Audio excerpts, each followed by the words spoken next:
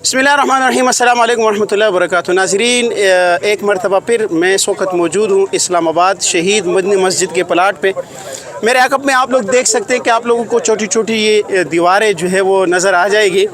जैसे कि आप हज़रात के इल्म में था कि मस्जिद गिराए जाने के बाद मुज़ाकरात हुए, 48 घंटे का डेडलाइन टाइम दिया गया। गुज़रने के बाद जो है इंतज़ामिया की तरफ से जो है वो रद्द-ए-अमल नहीं आया और इंतज़ामिया ने ये बहाना कर दिया कि मोहसिन नकवी जो है वो मुल्क से, वज़ीर दाखिला जो है वो मुल्क से बाहर है, वो आएंगे तो बात आगे बढ़ेगी।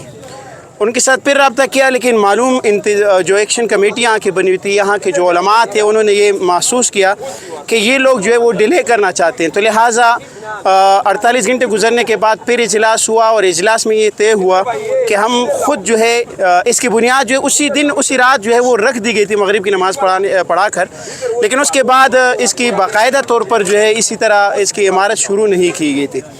और ये बात जो है तलाल चौधरी बार बार ये कह रहे थे कि वज़ीर दाखिला आएंगे तो जो है वो बात कंप्लीट हो जाएगी, लेकिन उनकी नीयत में जो है चूँकि फतूर नज़र आ रहा था। और इसके अलावा तलाल चौधरी कौमी असम्बली के प्लेटफार्म पर और मीडिया पर आकर जो है वो खल्त मबहस किया करते थे।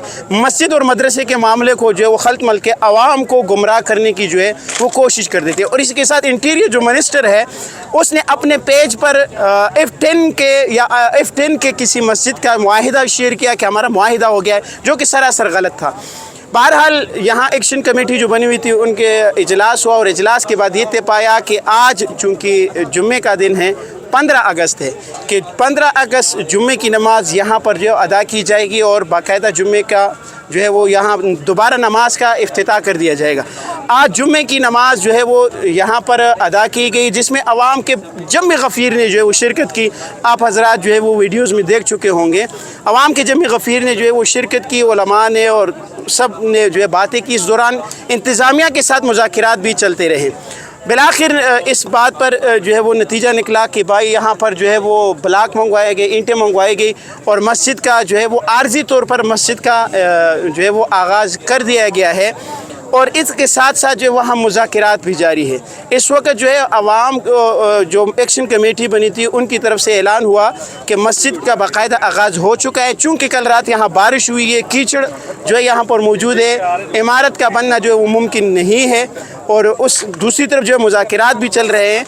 अगर इंतज़ामिया अपनी तरफ से जो है वो मस्जिद का आगाज़ कर देते तो ठीक है, नहीं तो एक आध दिन में जो है यहाँ पर यहाँ के उलमा और यहाँ के अवाम, यहाँ के लोग जो है मस्जिद का जो है वो इफ्तिताह तो कर चुके हैं।